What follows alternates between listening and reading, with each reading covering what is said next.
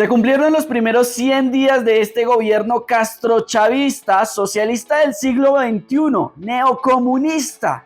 Bueno, eso nos diría el uribismo. Si gana la izquierda, será el punto final de la democracia y estaremos ingresando a una circunstancia similar o peor que la de Venezuela. Pero le está abriendo a Colombia un peligroso camino de llegar al castrochavismo. Y ellos planean buscar una figura que sea la que les sirva para crear el socialismo del siglo XXI, que no es sino una estupidez con otro nombre, una imbecilidad titulada distinto, porque los mamertos, los comunistas, unas veces usan el color rojo, otras el amarillo, otras el verde, siempre tratando de distraer. Cuando se queman, cuando se recalientan, se disfrazan de otro color. Aquí suelen hacerlo muchas organizaciones disque sociales. Colombia puede llegar a tener el peor neocomunismo de la región, porque el doctor Petro es mucho más inteligente que Chávez. El doctor Petro es mucho más inteligente que Castillo, que el presidente Fernández de Argentina. El doctor Petro es mucho más inteligente que Daniel Ortega de Nicaragua. Entonces, por eso yo he dicho muy reflexivamente que el maestro no fue Chávez, fue Petro quien le enseñó a Chávez. Colombia puede tener el más peligroso comunismo de toda la región, porque tiene el líder más inteligente del neocomunismo, que es el doctor Petro. Y es que parece que el uribismo creía que el gobierno de Gustavo Petro iba a ser algo más o menos así. La Unión Soviética está dispuesta a ofrecer amnistía a su embarcación. ¿La Unión Soviética no se había desintegrado? Eso es lo que queríamos que creyeran.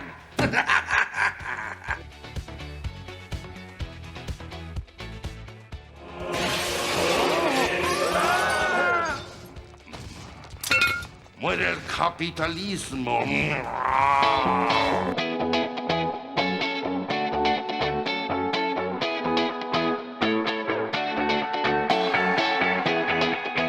No, pero ya, en serio. Ya pasaron los primeros 100 días del gobierno de Gustavo Petro y no nos han expropiado, no se han ido las empresas del país, no nos hemos vuelto más pobres, no se ha vuelto Gustavo Petro presidente eterno de este platanal. E incluso Marvel, quien había amenazado con irse del país, sigue en Colombia. En el ojo aguado están muchos seguidores y admiradores de Marvel, porque al parecer y de acuerdo con los últimos comentarios es muy cierto que está dispuesta a irse de Colombia si llega a la presidencia el señor Petro. En fin, no se cumplieron ninguna de las profecías del uribismo y de hecho no llegó el apocalipsis que ellos estaban anunciando en Colombia.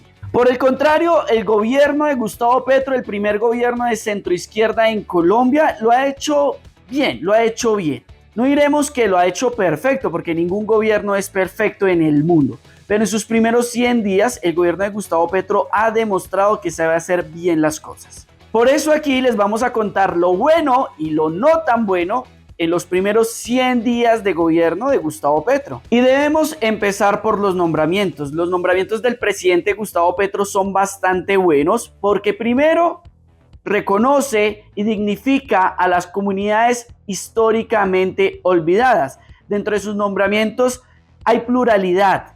Por ejemplo, se nombró a Leonor Salavata como embajadora ante la ONU. Se nombró también a Patricia Tobón como directora para la Unidad de las Víctimas y a Giovanni Yule como director de la Unidad de Tierras. Y estos cambios y estos nombramientos no son únicamente retóricas, son cambios y nombramientos realmente importantes para el país. Es que imagínense, en la ONU pasamos de esto. Pero si a mí me gusta la mermelada.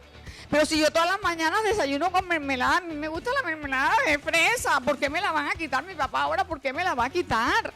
A tener una líder indígena ante la ONU, como lo es Leonor Salavata. Pero frente a las reformas estructurales que necesita el país y que realmente son el cambio que necesita Colombia, también se ha avanzado bastante. Se han presentado distintos proyectos de ley, distintos proyectos de actos legislativos en el Congreso y de hecho varios de esos ya han sido sancionados por el presidente de la República, Gustavo Petro. Entre esos proyectos se encuentra, por ejemplo, el de la paz total. Este sin lugar a dudas puede ser el proyecto de ley más ambicioso y más importante en el gobierno de Gustavo Petro. ¿Por qué? Porque básicamente es la hoja de ruta que tiene el gobierno para dialogar, empezar a dialogar con los distintos grupos al margen de la ley. De hecho, este fue el primer proyecto de ley que se sancionó por parte de Gustavo Petro. Esto fue lo que dijo el presidente luego de sancionar este proyecto de ley. Hemos firmado la ley de la paz, el marco jurídico que permite, desde hace muchos años, esta vez se ha renovado,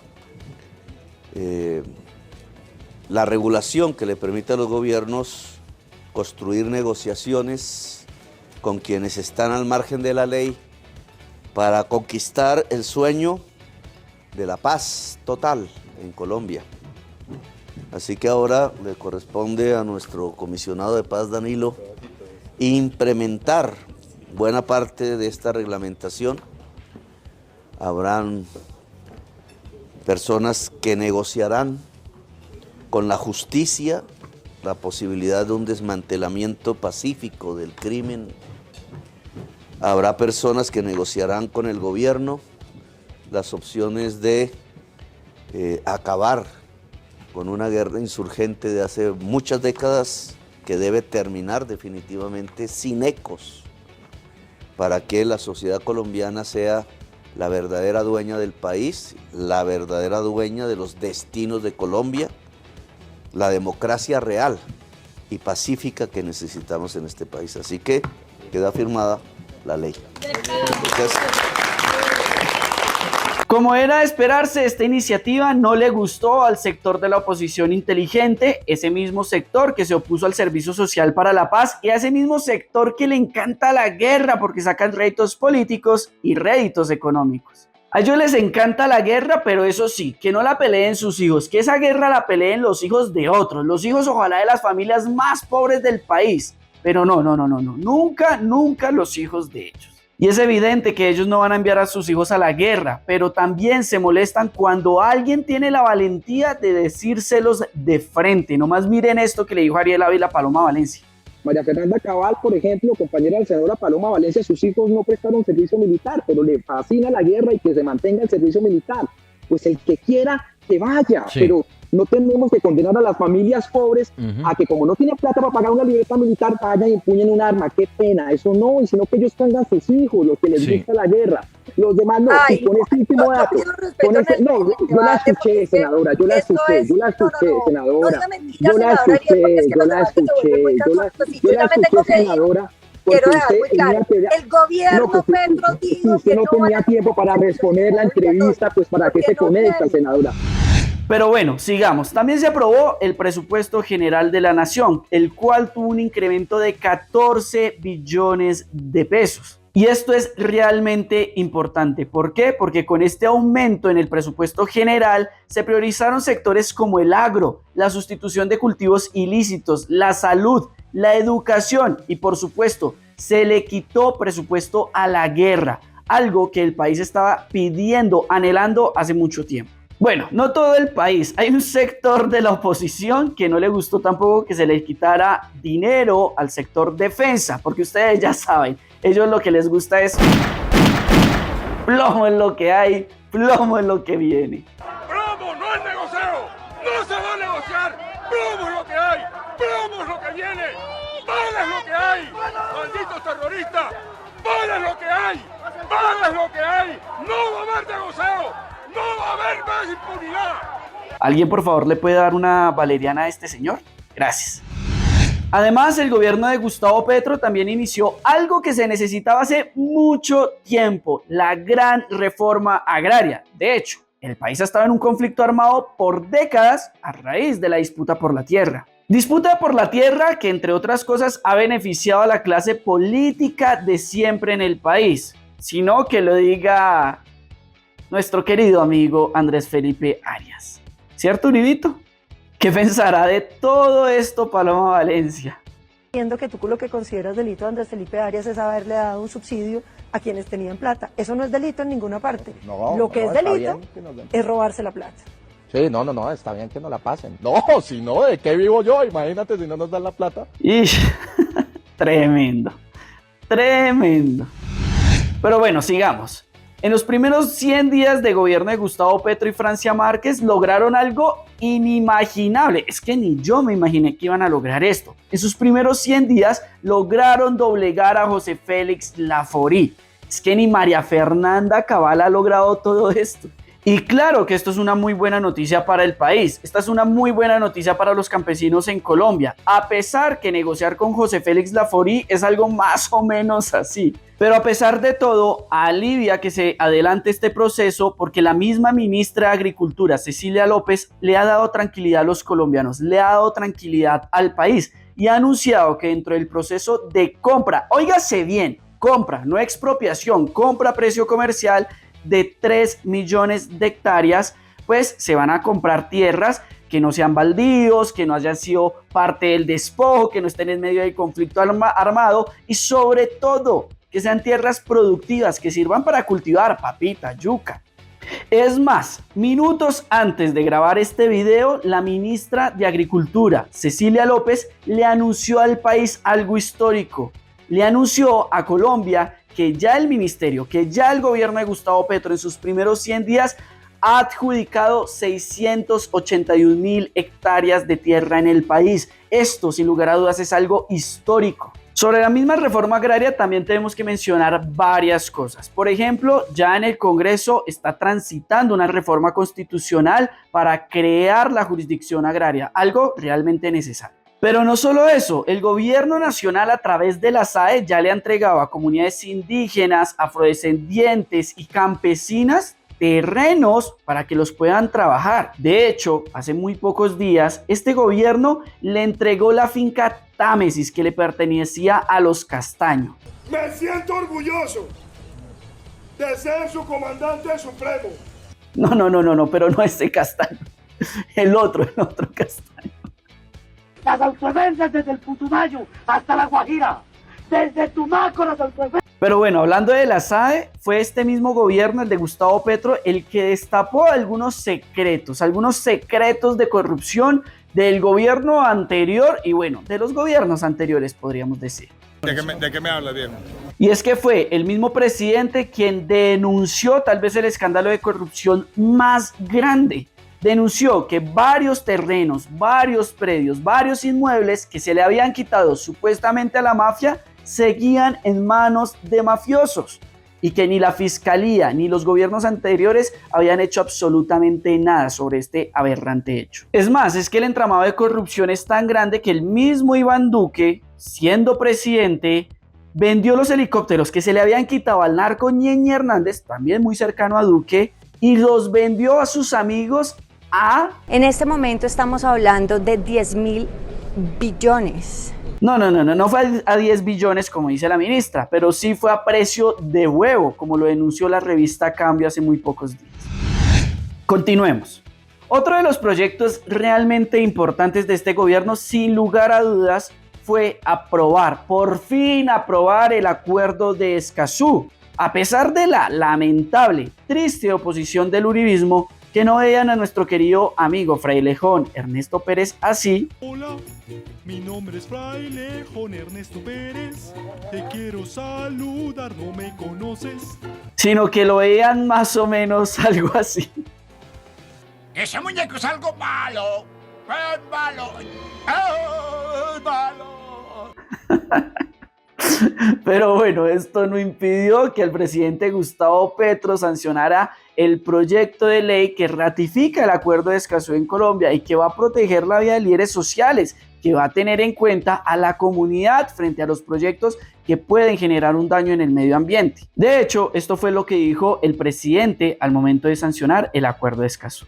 Y fundamentalmente le garantiza hoy a cualquier ciudadano de Colombia, cualquier ciudadana, acceso a la información en primer lugar sobre proyectos, sobre iniciativas del Estado o privadas que tengan que ver con afectaciones al medio ambiente, toda la información ambiental, que es un derecho fundamental, aquí se garantiza a partir de esta ley La sanción de esta ley se generó antes, minutos antes, segundos antes de que el presidente Gustavo Petro viajara rumbo a Egipto, a la COP27. Y de hecho, en esta COP, en este evento climático tan importante, Gustavo Petro literalmente dio cátedra.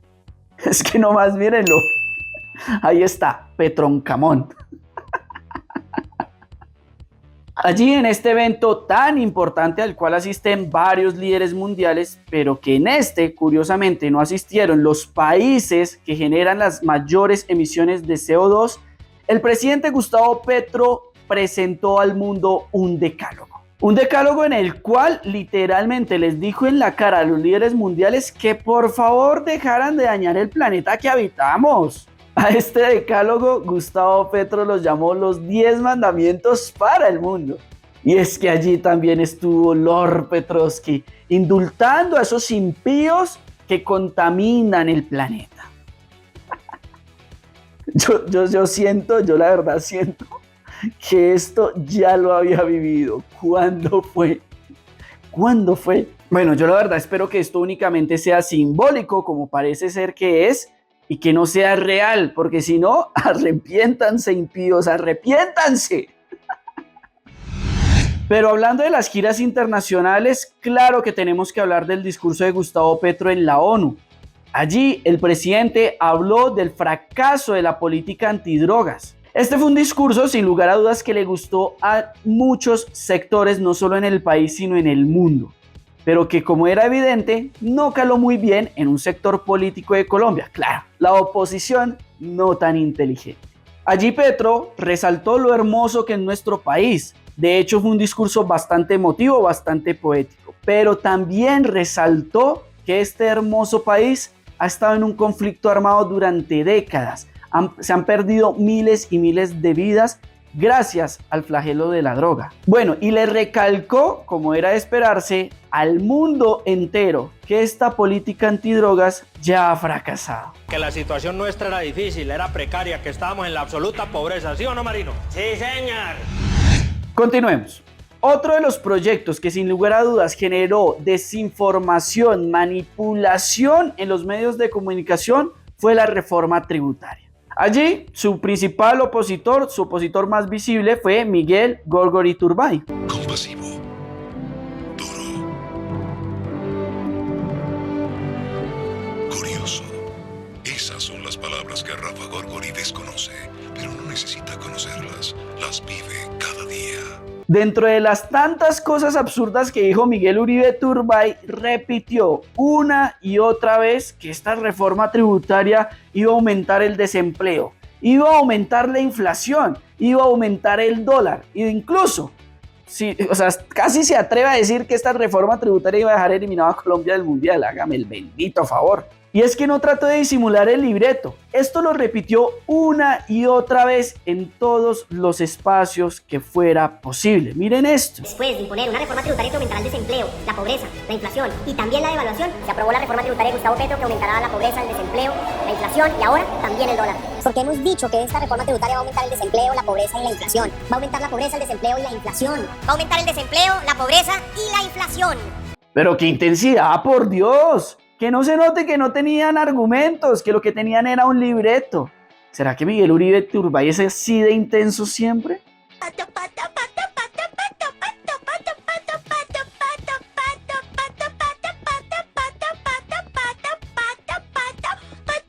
ya de ganso, bruto!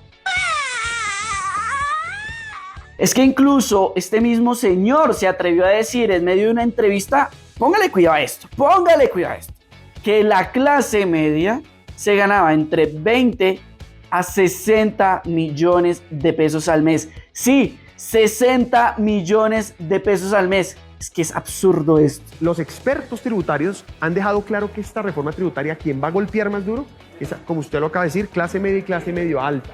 Es decir, esas personas que ganan entre más o menos 20, 25 millones y 60 millones, esa gente la va a golpear durísimo.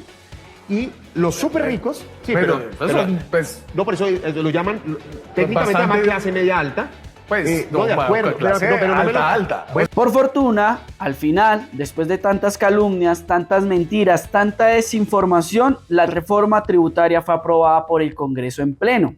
Y a pesar que tuvo unos cambios, mantuvo su espíritu progresivo. Allí, por ejemplo, la reforma tributaria estableció que los patrimonios por encima de 3.000 millones de pesos iban a pagar un poco más. También se estipuló que las personas que tienen ingresos superiores a 10 millones de pesos también van a pagar un poco más. Se lograron cosas también realmente importantes, como por ejemplo, gravar los productos azucarados, gravar a los ultraprocesados. No.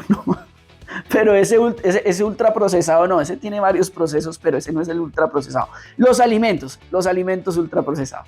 Y lo realmente malo al interior de la reforma tributaria fue que se cayó el impuesto a las megapensiones y también se cayó el impuesto a las actividades comerciales de las iglesias en el país. Al final, como lo dijimos, por fortuna, logró mantener su espíritu progresivo la reforma tributaria. Ahora sí, lo malo. No podemos hablar únicamente de lo bueno, también tenemos que hablar de las cosas malas que se han visto en estos 100 días. Sin lugar a dudas, en primer lugar, debemos mencionar las compras innecesarias que realizó el DAPRE para amoblar las casas presidenciales y vicepresidenciales, pues compras en cabeza de Mauricio Lizcano. Esto no se necesitaba y sobre todo le da gasolina, le da un impulso al uribismo, a la oposición no tan inteligente. Lo otro, sin lugar a dudas, son unos que otros nombramientos nefastos que ha hecho este gobierno. Por ejemplo, el nombramiento de Juan Manuel Corzo en Paraguay. Este señor, quien presuntamente tuvo vínculos con el paramilitarismo entre el año 2002 y el año 2007. Y es que nadie que haya tenido vínculos con el paramilitarismo puede estar en este gobierno. En esa misma línea tenemos que criticar el nombramiento de Concha Baracaldo como directora del ICBF. Primero porque esta señora no tiene experiencia para atender una institución tan importante y que busca proteger los derechos de la niñez en el país. Y segundo porque parece ser que este nombramiento se da más que todo por su cercanía con la primera dama Verónica Alcocer. Así lo afirmó hace unos pocos días La Silla Vacía. Y bueno, de hecho no solo ese nombramiento, sino que según el hilo de La Silla Vacía fueron 7 nombramientos más con las mismas circunstancias. Y créanme, a Concha Baracaldo no la nombraron como directora del ICBF por sus dotes de canto. Créanme, no fue por eso. Escucha, hermano, la canción de un nuevo día. En camino alegre del que empieza un nuevo día. Al final, este gobierno debe nombrar los cargos públicos, los cargos en entidades importantes del país por méritos y no por ser el amigo de Verónica Alcocer. También durante estos 100 días, pues no se han terminado de nombrar los directores, las personas que se van a encargar de entidades importantes para Colombia. Y uno todavía no entiende la razón, uno todavía no entiende el por qué. Por ejemplo, a la fecha aún no se ha nombrado el director de RTBC. Y yo sé que a muchas personas no les gusta que digamos este tipo de cosas, pero lo siento, queridos amigos y amigas. Lo malo también hay que decir. Al final, en términos generales, podemos decir que el gobierno de Gustavo Petro y Francia Márquez en sus primeros 100 días ha tenido una muy buena gestión. Insisto, no perfecta, porque en el mundo no hay ningún país que tenga un gobierno perfecto. Pero podríamos decir que este gobierno pasó la prueba. Gracias por conectarse, no olviden suscríbanse al canal, activen la campanita para que les lleguen las notificaciones cada vez que subamos videos aquí a Notiplatanal. Gracias por todo el apoyo, seguimos creciendo. Primeros 100 días de este gobierno y continuamos.